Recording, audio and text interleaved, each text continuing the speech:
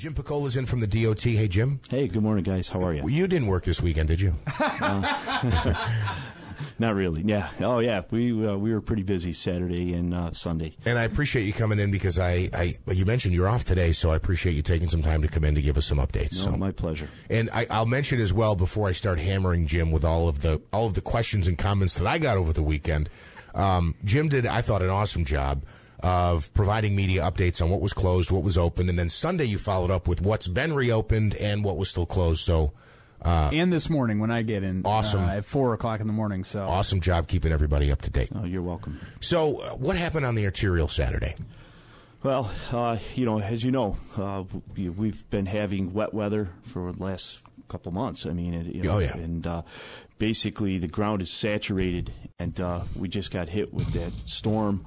It was pretty relentless, the intensity of it, being out there and watching what was happening. My boss, actually, Andy Roberts, who's the AIC for the arterial project, asked me to just kind of go take a look, make sure no signs were blown down, we didn't have any flooding or what have you. So I went down through, and within, say, 20 minutes, I was heading over onto Noy Street and Lincoln Ave, and that area started filling up. And back down out of there and started heading down to Court Street on the arterial. I had my personal vehicle. We could see things were just starting to go a little bit sideways there with some of the flooding. So I went back to the state office building to get the state vehicle, came back, and that whole northbound side of between Noy Street and the Court Street exit was just filling with water. So let me ask you this. Was it because of just how quickly and how much rain came down, or is there, I'm trying to think, was it from the canal that it kind of flowed down? Was it from the marsh? Or where did the water come from? Or was it just from the rain? Yeah, again, like I was saying, it's been raining for a long time. The ground's saturated. We saw Nail Creek overflowing up by Indian Corporation, up over by the Burstone Road Bridge. You could see it coming out onto the actual arterial in the northbound. We also had all that water from Genesee Street west that was coming down those side streets. Old Sunset Ave, it was like a river, and it just, everything's heading towards the Mohawk River. Yep. That's where Nail Creek goes and what have you. And like I said, because of the intensity, that's why we had so much buildup. Our system itself, once the rain stopped, you could see really was able to handle it and take the water down quite a bit. But as soon as, we started getting that next storm would come through again, it rained hard, and then you just sit and wait, and then you could see all the water starting to settle again, and then, boom, starts building up. The guy I spoke to in New Hartford, who was one of those who got trapped and his vehicle got flooded on the arterial, Sean in New Hartford, said it was like a dam. The barriers that are up, I'm assuming that's because it's still under construction, or are those barriers permanent? No, that center median is a permanent barrier. It did kind of act almost like a dam. We will definitely take a look at that, see what we can do to possibly maybe, in future, if something like that was to happen, that we could alleviate some of that pressure with the water. Yeah. But again, our system, our drainage system that we designed, it worked well. It was just inundated by so much water. Right. Yeah. There's only so much it can. Yeah. There's only so much. It's not an everyday occurrence that right. something like that happens. But at the same time, you do have to. I mean, what was it? 4 years ago, everybody was saying on social media it was 4 years ago to the day. I don't think it was to the day. I think it was close. It might have been. I thought that was at the end of June. I could have been wrong. When it was 4 years ago when we had the flooding across the Mohawk Valley. This does happen, hopefully not often, but occasionally it does happen. So you think it was a factor of we've had such a wet spring and summer so far that everything was just so saturated. But what you're saying is the arterial itself, the infrastructure there, did what it was supposed to do. It was just the capacity was too high. Absolutely. And like I was saying, the ground's saturated, and basically it almost acts like a hard surface now. It can't go down anymore, so the water hits it and just starts to run. Right. And that's what you have. Because it wasn't just on the arterial, as you could see, through all over the Mohawk Valley. We had, let's say, Madison, Oneida, and Herkimer County all suffered, pretty good with this flooding. And areas that I would have never imagined. I was talking earlier on this morning about the situation my girlfriend and I were in. Coming up down Oxford Road, literally I drove into the worst part of it. We were going down Oxford Road, and we took a right onto Oneida Street. And when we couldn't go, after her car was submerged the first time, I had to turn around and go back. And we were in Washington Mills, and I could not believe what I saw on the corner of Kellogg and Oneida Street in Washington Mills. And you're looking all around, and it's like, where do you go? Right. So that brings me kind of to my next question. Driving in a situation like that, what do you do? What do you not do? He can't be going up hills with 3 feet of water. No, I can't. So talk about, if you're in that situation, whether it be on the arterial or where I was in Oneida Street, what do you do when you're faced with that situation? Right. Basically, when you come upon water across a roadway like that, you basically want to stop, turn around, and try to find an alternative way to get to where you want to go. Absolutely. And you talk about if you do get trapped, the danger. I mean, obviously, if you have to get out of your vehicle for emergency's sake, you have to. But talk a little bit about the dangers of getting out of your vehicle if you don't have to. Right. We noticed some spots in the city and also even on the arterial where manhole covers were just lifted up and pushed to the side. So, if you're out there walking around in that water, you could actually fall into one of those manholes, and it would be devastating. Unfortunately, it's actually happened before, right? I guess. And when you get a current of flowing water, I mean, that's the thing too. You don't think it's as powerful as it is, but when we had finally driven out of it and lifted the hood of my girlfriend's car, we realized her license plate had bent up just from the fact of the water rushing by the car. I mean, this is a powerful current that you're dealing with. Mm-hmm. So, I mean, if you get into one of those manhole covers and the current brings you wherever, Sure. And, you look at the rainfall totals. I think somewhere in North Utica they were saying just over 4 inches. And, I think it was at least 2 to 3 inches and above throughout the area. It was amazing.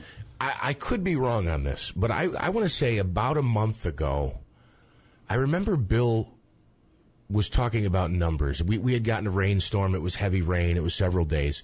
And I thought he said, or maybe it was Rachel Witter who joined us, we got a half inch of rain yesterday or something.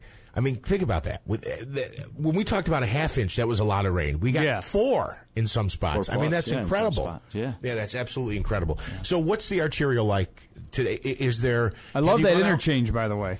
Have you... Being able to go to Court Street, it is... it's awesome. Have you been able to do an assessment? Was there any damage to the arterial project, which is obviously still under construction? There was just some minor stuff with erosion, but the actual infrastructure itself was intact. No problem. Which is obviously a good thing. Absolutely.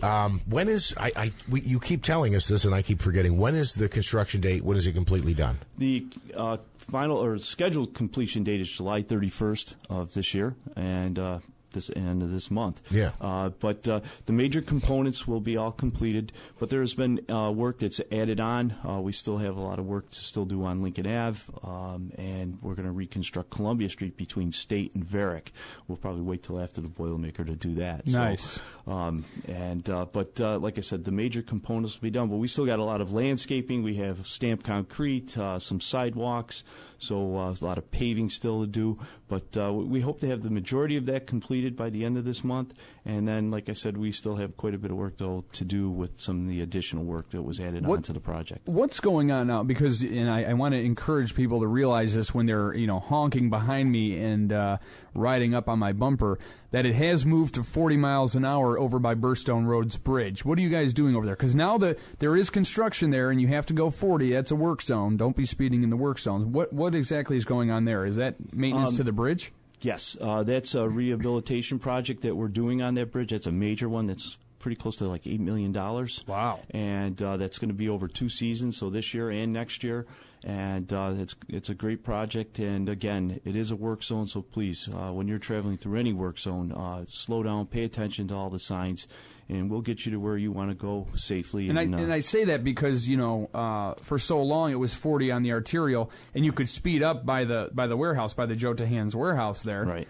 But now you've got to stay at 40 a little bit longer because of that project going on. Correct. As soon as you pretty much hit the, as you're traveling north, the French Road exit there, interchange, you should start to slow down, pay attention to those signs, because there are, there's machinery out there, there's guys working, we want to send them home to their families every night, and we want to get you to where you want to go safely too, so. And then this was there damage to the bridge in South Utica, right where the South Utica New Hartford line is? I think that was closed. I think I might have read that there was some concern about some structural issues there. Yeah, that actually, as the Sequoia Creek was flowing, debris built up.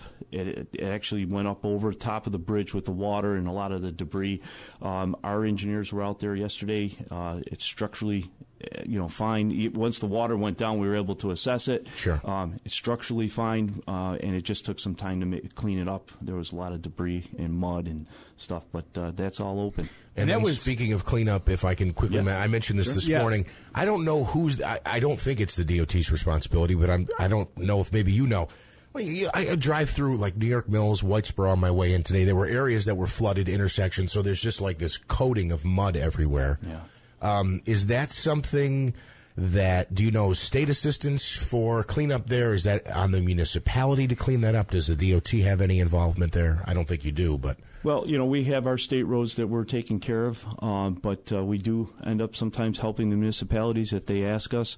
I have to say, emergency services and the municipalities were great through this whole thing. We all work together very well, and we really do appreciate everybody's assistance out there. And but we'll get it cleaned up. It'll take a little bit of time. I'm just glad it was this weekend and not next weekend. Oh, my goodness. Yeah. You are so correct. I can't even imagine what that would be. So we just want to remind people. That's we want to remind people in Oneida County, Mohawk Street between Main Street and River Road and Marcy still closed. I was on it this morning.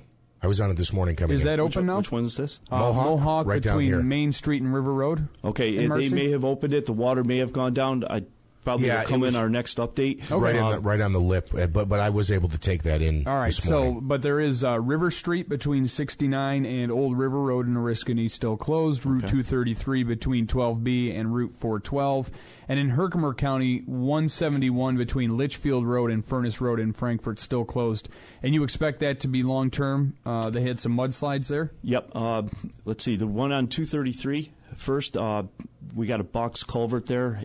Looking at it from some of the pictures and talking to the assessment team, it's cracked. The box is cracked. So they're looking at what it's going to be to either build one in place, or sometimes they'll have to order a precast one and set it in. So that could probably be down for a month or two with the work involved in that. The detour is very short, though, but we're going to try to get that up and going as quick as possible. And the 171 project, or the culvert there, we're hoping possibly to even maybe have that open today. If not, maybe by the end of the week. As soon as we can get a better look at the end section there, we can make a better determination.